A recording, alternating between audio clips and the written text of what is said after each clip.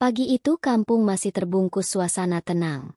Udara dingin menyusup lewat celah-celah bambu, membawa aroma tanah basah dan dedaunan yang baru saja disapu embun. Dari kejauhan, terdengar suara ayam berkokok bersahutan, bercampur bunyi langkah pelan para ibu menuju warung, dan suara roda gerobak tukang sayur yang berderit melewati gang sempit. Di ujung kampung, sebuah rumah besar bercat krem berdiri mencolok di antara rumah-rumah sederhana. Di terasnya, lampu gantung masih menyala walau matahari mulai menampakkan sinarnya. Dari dalam rumah itu, pintu kayu terbuka perlahan. Muncul sosok Pak Haji, lelaki parubaya dengan tubuh tegap, sorban putih melilit rapi di kepala, baju koko putih yang disetrika licin, dan ponsel di tangan kanan. Ia melangkah dengan penuh percaya diri, seperti aktor yang hendak tampil di panggung besar. Di ruang tamu, seorang ibu tua duduk di kursi rotan yang sudah mulai reot. Kulitnya keriput, rambutnya yang memutih sebagian tertutup kerudung lusuh. Tangannya yang kurus menggenggam tongkat kayu, penopang setianya untuk berjalan. Tatapan matanya redup, memandang anaknya yang sibuk menatap layar ponsel.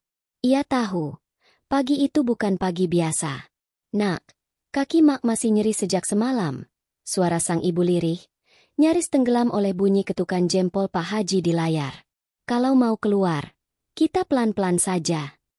Pak Haji berhenti sejenak, menoleh sekilas, lalu tersenyum tipis. Tapi senyum itu tidak menyentuh matanya.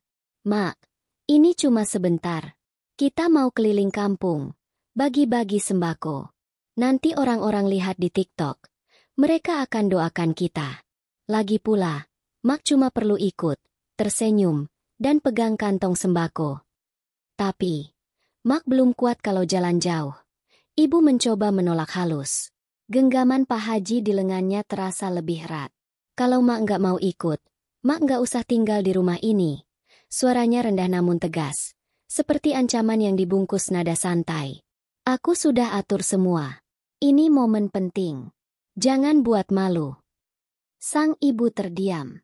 Di hatinya bergolak rasa takut bercampur kecewa. Ia tak ingin menjadi beban, apalagi memancing amarah anaknya. Perlahan, ia berdiri dengan bantuan tongkat. Namun Pak Haji segera mengambil tongkat itu. "Jangan bawa tongkat, Mak. Di kamera nanti kesannya Mak sakit-sakitan. Kita mau tunjukkan kalau kita sehat dan bahagia." Ibu menarik napas panjang, mencoba menahan rasa perih di kakinya. Ia tahu, menolak hanya akan membuat situasi makin buruk. Mereka keluar dari rumah. Sinar matahari mulai menembus pepohonan, memantulkan cahaya ke jalan kampung yang sempit. Beberapa warga yang sedang beraktivitas menoleh. Ada yang memberi salam, ada yang hanya melirik. Di wajah sebagian, terselip raut heran, terutama ketika melihat ibu tua itu berjalan tanpa tongkat, digandeng Pak Haji yang memegang ponsel di tangan satunya. Pak Haji menghentikan langkah di depan kamera ponsel yang sudah terpasang di gimbal kecil. Ia menekan tombol rekam, lalu senyumnya melebar, suaranya lantang, penuh semangat palsu. "Assalamualaikum, saudara-saudaraku. Hari ini saya bersama ibu tercinta akan keliling kampung, membagikan sembako untuk warga yang membutuhkan. Semoga ini jadi inspirasi bagi kita semua." Tangannya menggenggam lengan ibunya lebih kuat, menariknya ke sisi kanan agar masuk bingkai. Ibu mencoba tersenyum, tapi senyumnya kaku. Ia menatap jalan di depannya, berharap perjalanan segera usai. Mereka berhenti di rumah Bu Warni, janda miskin yang tinggal bersama dua anaknya. Rumah itu berdinding batako yang belum diplester, atapnya seng tua. Bu Warni keluar dengan senyum malu-malu, menunduk di depan kamera. "Ibu Warni, ini ada sedikit rezeki dari kami," ucap Pak Haji manis, menyerahkan kantong plastik bertuliskan bantuan kemanusiaan. Ia menuntun ibunya agar ikut memegang kantong itu, memaksa wanita renta itu tersenyum. "Terima kasih. Semoga Allah membalas kebaikan Pak Haji," ucap Bu Warni pelan. Kamera merekam setiap detik, termasuk tangan ibunya yang bergetar menahan lelah. Setelah kamera mati, mereka segera melangkah pergi. Dari balik pintu, Bu Warni membuka kantong itu. Isinya hanya mie instan kadaluarsa, beras berbau apek, dan minyak goreng yang bocor. Ia terdiam, sedih bercampur kecewa. Namun tak berkata apa-apa demi menghormati sang ibu. Beberapa langkah kemudian, ibu mulai melambat. Napasnya terengah, kakinya nyeri. "Nak, boleh kita istirahat sebentar?" pintanya. Pak Haji menoleh cepat. Nada suaranya berubah dingin. "Jangan berhenti, Mak. Masih banyak rumah yang harus kita datangi. Di kamera nanti kelihatan gak semangat." Genggamannya semakin kuat, menarik ibunya agar tetap seirama. Di kejauhan, seorang pemuda kampung bernama Raga memperhatikan sambil merekam dengan ponselnya. Ia melihat jelas raut letih sang ibu dan mengenali kantong sembako yang tadi dibawa Bu Warni. Ia tahu, ada sesuatu yang tidak beres, dan hatinya terpanggil untuk merekam semua bukti. Mereka terus berjalan, berpindah dari satu rumah ke rumah lain, sementara matahari semakin terik. Peluh mulai membasahi dahi sang ibu, tapi ia tetap menuruti anaknya, menahan rasa sakit demi menghindari kemarahan. Tanpa disadari Pak Haji, kamera lain, kamera milik warga, sudah mulai mengabadikan kisah yang jauh berbeda dari narasi manis yang ia siarkan. Matahari mulai meninggi, sinarnya menembus sela dedaunan dan memantul di jalan kampung yang sempit. Udara pagi yang sejuk perlahan berubah hangat, membuat langkah ibu semakin berat. Namun di genggaman tangan Pak Haji, tak ada jeda untuk berhenti. Ia terus menarik lengan ibunya, memposisikan tubuh renta itu agar tetap berada dalam bingkai kamera. Di setiap rumah yang mereka hampiri, Pak Haji selalu memulai dengan senyum lebar dan suara yang lantang, seolah sedang berbicara kepada ribuan orang di panggung. "Assalamualaikum, Bapak Ibu semua. Kami datang membawa sembako untuk meringankan beban saudara-saudara kita yang kurang mampu," ujarnya, sambil memaksa ibunya memegang kantong plastik bertuliskan bantuan kemanusiaan. Di depan kamera, semua tampak indah. Wajah warga yang menerima bantuan dipenuhi rasa terharu. Tangan mereka terangkat memberi doa. Namun begitu kamera dimatikan, kenyataannya lain. Kantong-kantong itu berisi mie instan yang sudah melewati tanggal kedaluarsa, beras dengan bau menyengat. Bahkan ada yang hanya berisi beberapa bungkus biskuit yang kemasannya kusut. Di rumah Pak Rahmat, seorang buruh tani tua, anak perempuannya yang berusia 10 tahun berlari kegirangan saat melihat kantong itu. "Ayah, kita dapat bantuan," serunya. Tapi kegembiraan itu memudar seketika ketika isinya dibuka. Sang ayah hanya bisa menghela napas, menatap kepergian Pak Haji yang sudah melangkah ke rumah berikutnya sambil merekam lagi. Ibu mulai menunjukkan tanda-tanda kelelahan. Wajahnya pucat, napasnya berat, dan kakinya bergetar. "Nak, Mak tidak kuat. Kita istirahat dulu, ya," ujarnya memohon. Pak Haji mendekat, berbicara dengan nada rendah tapi tajam, cukup untuk membuat ibunya terdiam. "Mak, jangan bikin malu. Kamera ini sudah merekam. Kalau Mak terlihat lemah, penonton akan mengira kita cuma akting. Ingat, ini demi kebaikan." Kata-kata itu terasa seperti belati di hati sang ibu. Ia mengangguk pelan, lalu kembali melangkah. Walau setiap langkah terasa seperti menapaki jarum. Beberapa warga yang melihat mulai saling bertukar pandang. Di pojok warung, dua ibu berbisik-bisik. "Kasihan sekali ibunya," kata salah satu. "Dia kelihatan dipaksa.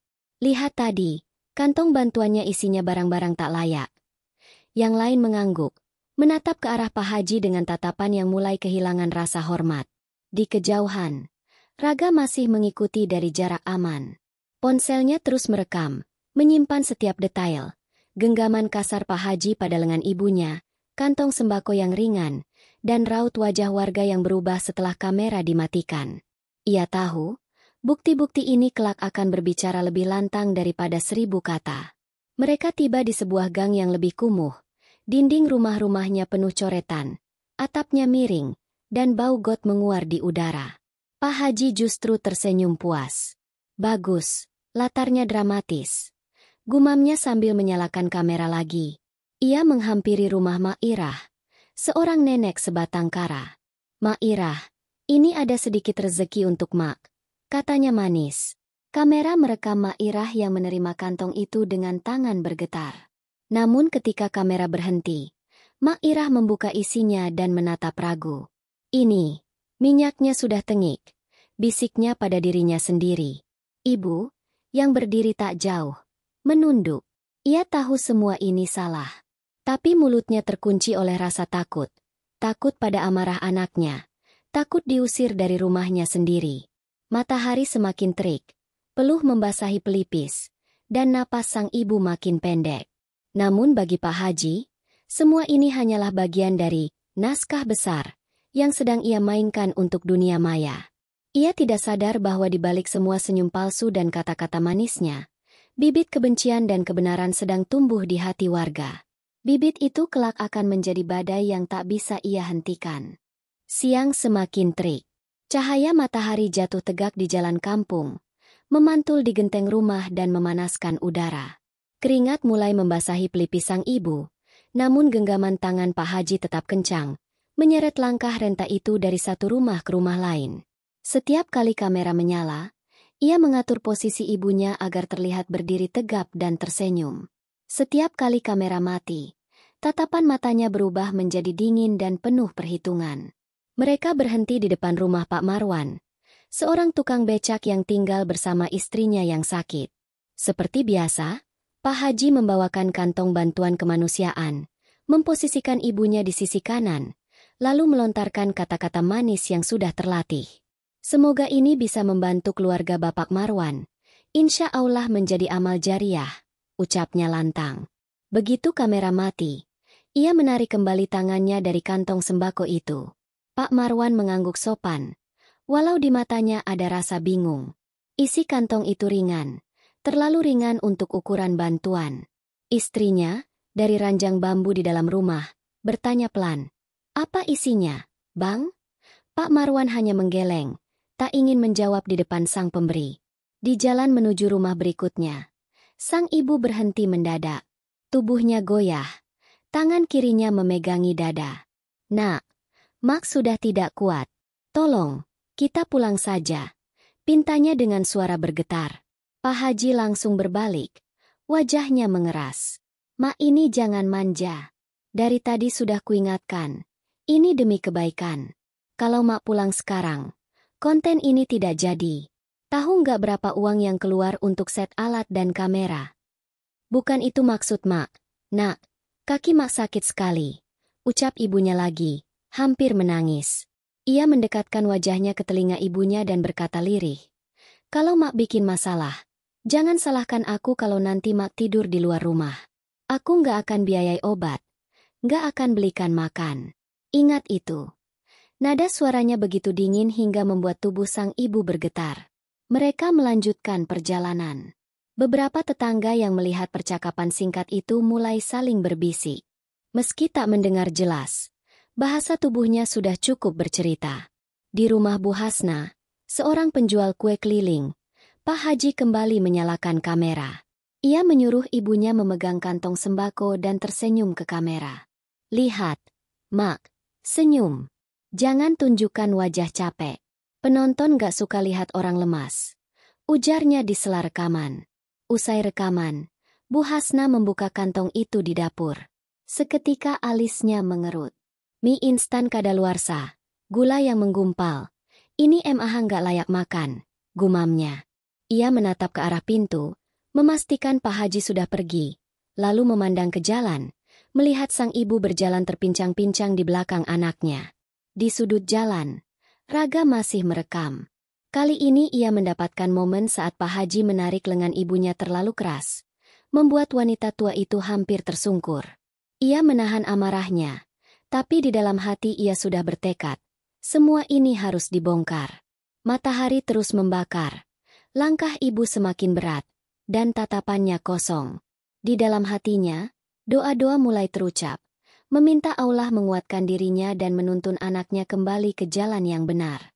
Tapi di sisi lain, ketakutan pada ancaman yang baru saja ia dengar membuat bibirnya tetap terkunci.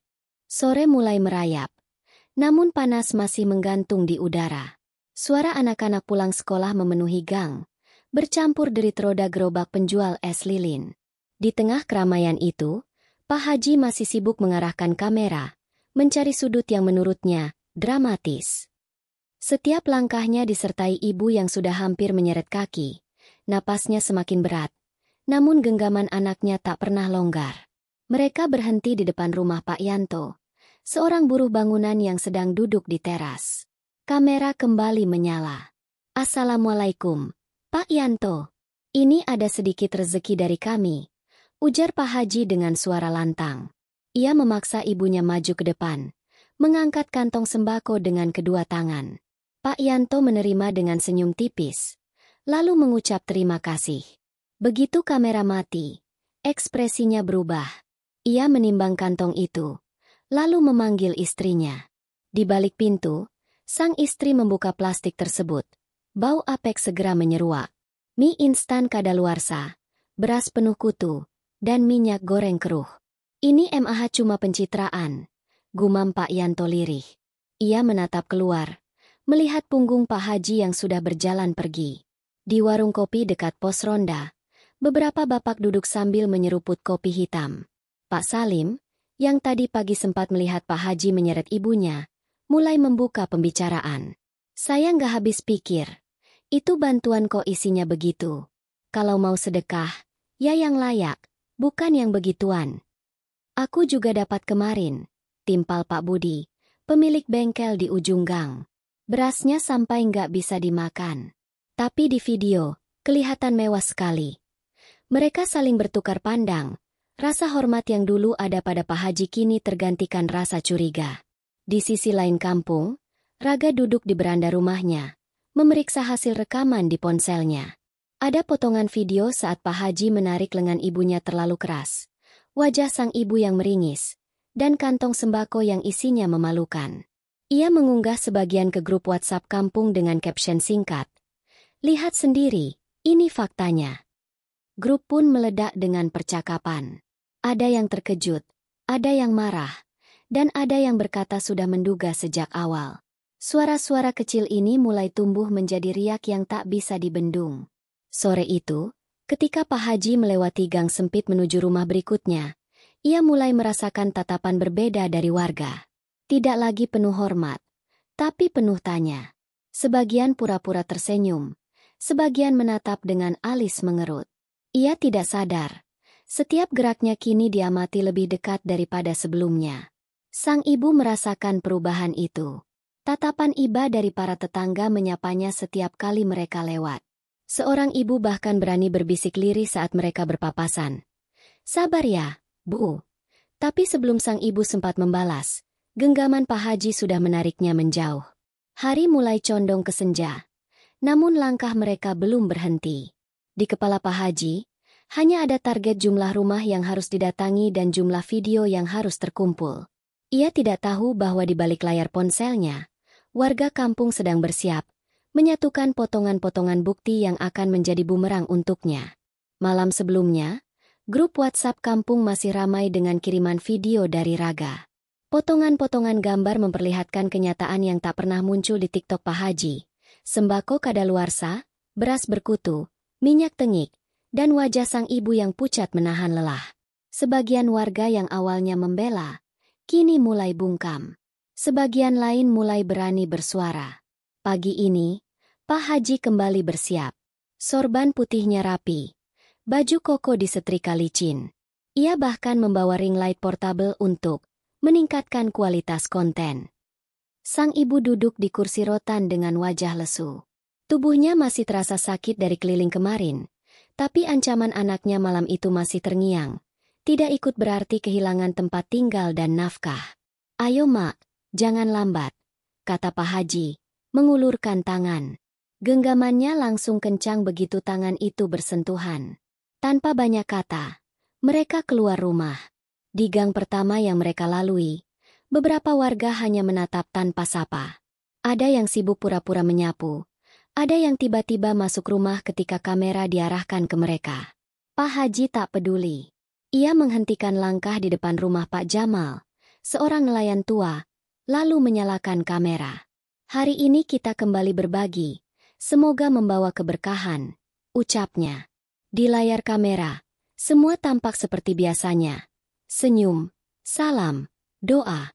Tapi di belakang kamera, Pak Jamal hanya mengangguk tanpa benar-benar percaya. Ia sudah melihat isi bantuan itu kemarin ketika tetangganya membukanya di teras. Setelah kamera mati, seorang ibu yang berdiri di pinggir jalan berbisik pada Pak Jamal, cukup keras untuk terdengar oleh orang-orang sekitar. "Itu bantuan atau sampah, Pak?" Suara tawa kecil terdengar di antara warga yang lain. Pak Haji berpura-pura tak mendengar. Tapi matanya sempat melirik cepat ke arah kerumunan. Ia merasa ada yang mulai berubah. Biasanya warga akan memuji, memanggil anak-anak mereka untuk ikut menerima bantuan. Sekarang, mereka hanya menatap, beberapa dengan wajah dingin, beberapa dengan senyum yang terlalu tipis. Di rumah Bu Siti, situasinya lebih canggung.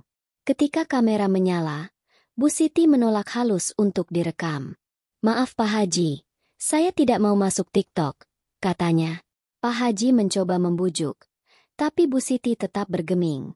Terpaksa, ia memberi kantong sembako itu tanpa rekaman. Begitu mereka pergi, Bu Siti langsung memanggil tetangga untuk melihat isi kantong tersebut, dan seperti dugaan, isinya memalukan. Obrolan di teras rumahnya semakin menambah daftar panjang saksi mata. Sore menjelang, langkah sang ibu semakin berat. Ia mulai tertatih, beberapa kali hampir tersandung. Tapi setiap kali ia mencoba berhenti, genggaman anaknya menarik paksa. "Mak, jangan bikin malu, kamera lagi on," ucap Pak Haji dengan nada mengancam. Dari kejauhan, Raga masih merekam. Kali ini ia mendapatkan momen ketika sang ibu nyaris jatuh karena ditarik terlalu keras. Ia tahu, momen itu akan jadi bukti paling kuat bahwa semua ini bukanlah konten kebaikan, melainkan drama yang kejam. Pak Haji tidak sadar, hari itu ia bukan hanya sedang mengumpulkan video untuk TikTok, tapi juga mengumpulkan kebohongan dan amarah warga yang sedikit demi sedikit akan menghancurkan panggungnya sendiri. Malam itu, kampung yang biasanya cepat sunyi setelah Isya justru ramai oleh bisik-bisik. Ponsel-ponsel di tangan warga terus berbunyi. Notifikasi masuk tanpa henti. Video unggahan Raga telah menyebar jauh melewati batas kampung. Awalnya hanya dibagikan di grup WhatsApp warga, lalu pindah ke Facebook, dan kini mulai ramai di TikTok serta Instagram. Potongan rekaman itu jelas. Wajah pucat sang ibu yang terengah-engah, genggaman Pak Haji yang kasar di lengannya, dan sembako berisi barang-barang tak layak. Narasi Raga di video tersebut singkat tapi menusuk. "Beginilah jika kebaikan hanya untuk konten." Kasihan ibunya, kasihan warga. Pagi harinya, ketika Pak Haji keluar rumah dengan rencana melanjutkan keliling, beberapa anak muda yang nongkrong di pos ronda langsung berhenti bicara begitu ia lewat. Tatapan mereka tajam, seolah menembus lapisan senyum palsunya. "Ayo Mak, kita lanjut hari ini," katanya sambil meraih lengan ibunya. Tapi langkah mereka terhenti ketika seorang ibu parubaya di seberang jalan bersuara lantang. "Pak Haji, bantuannya nggak usah bawa-bawa kamera segala. Kalau ikhlas, kasih diam-diam." Suaranya cukup keras hingga terdengar oleh orang-orang di sekitar. Pak Haji tertawa hambar, mencoba mencairkan suasana. "Ah, Bu, ini buat menginspirasi orang lain," jawabnya. Namun tak satu pun warga yang membalas senyum. Beberapa justru memalingkan wajah. Di rumah pertama yang mereka datangi, seorang bapak menolak bantuan itu mentah-mentah. "Maaf Pak Haji, saya nggak butuh mie kadaluarsa. Simpan saja untuk konten Bapak," katanya, lalu menutup pintu perlahan. Wajah Pak Haji menegang, tapi ia menahan diri demi menjaga kamera tetap stabil. Di rumah berikutnya, penolakan terjadi lagi. Bu Reni bahkan dengan sengaja mengeluarkan isi kantong sembako di depan kamera sebelum mengembalikannya. "Terima kasih, tapi ini nggak layak dimakan," ucapnya datar. Sang ibu berdiri terpaku. Wajahnya merah oleh malu. Ia menunduk dalam-dalam, berharap tanah membelah dan menelannya. Di sela perjalanan, seorang pemuda mendekat dan berkata cukup keras. "Pak, sudah lihat TikTok yang viral? Isinya Bapak sendiri." Nada suaranya sinis. Pak Haji tak menjawab, hanya menegakkan badan dan melanjutkan langkah. Tapi genggamannya di lengan ibunya semakin kencang, hampir menyakitkan. Menjelang sore, mereka kembali pulang dengan kantong sembako yang sebagian besar masih utuh. Pak Haji duduk di kursi, menatap ponselnya. Notifikasi terus berdatangan, tapi bukan pujian, melainkan komentar pedas, cemoohan, bahkan ancaman boikot. Di sudut ruangan, sang ibu diam, memeluk syal tuanya. Di balik bibir yang terkatup, ia melantunkan doa lirih, memohon kepada Allah agar semua kebohongan ini segera terungkap, dan agar hatinya diberi kekuatan menghadapi anaknya sendiri. Senja turun perlahan di kampung. Cahaya keemasan menembus sela dedaunan. Tapi suasana hati di rumah besar di ujung gang itu jauh dari hangat. Pak Haji duduk di ruang tamu, memandang layar ponsel dengan wajah muram. Notifikasi komentar masuk terus-menerus. Isinya nyaris semua sama. Cemooh, sindiran, dan kemarahan. Beberapa akun bahkan menandainya sebagai penipu berkedok amal. Di kursi rotan di sudut ruangan, sang ibu duduk membisu. Tubuhnya terasa berat. Sendi-sendinya nyeri. Sejak pagi ia dipaksa kembali keliling, meski hampir semua warga menolak bantuan. Sepanjang perjalanan, ia harus menahan rasa malu ketika melihat kantong sembako itu dikembalikan atau dibuka di depan umum. Setiap penolakan terasa seperti tamparan, bukan hanya untuk Pak Haji, tapi juga untuk dirinya. "Mak," suara Pak Haji memecah hening, nada suaranya tajam. "Besok kita keliling lagi. Aku harus buktikan kalau kita nggak salah." Ibu mengangkat kepala. Tatapannya bergetar. "Nak, hentikan ini. Semua orang sudah tahu. Jangan paksa Mak lagi. Cukup." Pak Haji berdiri. Langkahnya berat menuju ibunya. "Mak mau aku diolok-olok terus? Mau lihat nama kita hancur? Justru sekarang Mak harus tunjukkan kalau kita benar. Kalau Mak nggak mau ikut, jangan salahkan aku kalau Mak kusir dari rumah ini." Ancaman itu menusuk hati sang ibu. Matanya memerah, tapi bukan karena takut, melainkan karena rasa sakit yang teramat dalam. Tanpa kata, ia bangkit perlahan, mengambil wudhu di kamar mandi kecil di belakang rumah. Beberapa menit kemudian, ia keluar membawa sajadah dan meletakkannya di ruang tamu. Di depan anaknya sendiri, ia berdiri, lalu sujud. Suara Ishak mulai terdengar. Tubuhnya bergetar. "Ya Allah, kalau ini jalan yang harus Mak tempuh, kuatkan hati Mak. Dan jika anak Mak sudah terlalu keras hati, maka engkaulah yang paling berhak menegurnya. Tunjukkan kebenaran MU, ya Rab, dan lindungi Mak dari kedurhakaan anak sendiri." Air mata jatuh membasahi sajadah. Doa itu bukan bisikan, tapi lantang, hingga terdengar oleh tetangga yang sedang duduk di teras sebelah. Beberapa warga yang lewat berhenti, mendengar dengan hati yang ikut terenyuh. Pak Haji terpaku. Wajahnya mengeras. Namun sorot matanya tak bisa sepenuhnya menyembunyikan kegelisahan. Ia mencoba tertawa meremehkan. "Mak, ini drama apa lagi? Mau bikin aku malu di depan orang?" Tetangga mulai berkumpul di depan pagar. Sebagian menatap Pak Haji dengan tatapan yang tak lagi sama. Ibu tetap duduk di atas sajadah. Kedua tangannya menengadah. Suaranya bergetar namun penuh keyakinan. "Ya Allah, Engkau Maha Tahu yang terlihat dan yang tersembunyi. Balaslah yang layak dibalas. Dan jika harus, beri peringatan agar anak ini kembali ke jalan MU." Angin sore berhembus pelan. Tapi di hati warga, doa itu terasa seperti dentuman yang mengguncang. Tak ada yang tahu kapan balasan itu datang. Tapi semua merasa hari-hari ke depan tak akan lagi sama. Malam itu hujan turun deras, membasahi atap-atap rumah dan jalanan kampung. Suara air yang menetes dari talang bercampur gemuruh petir di kejauhan. Pak Haji duduk di ruang tamu, gelisah. Ia menatap layar ponselnya. Akun TikToknya resmi diblokir.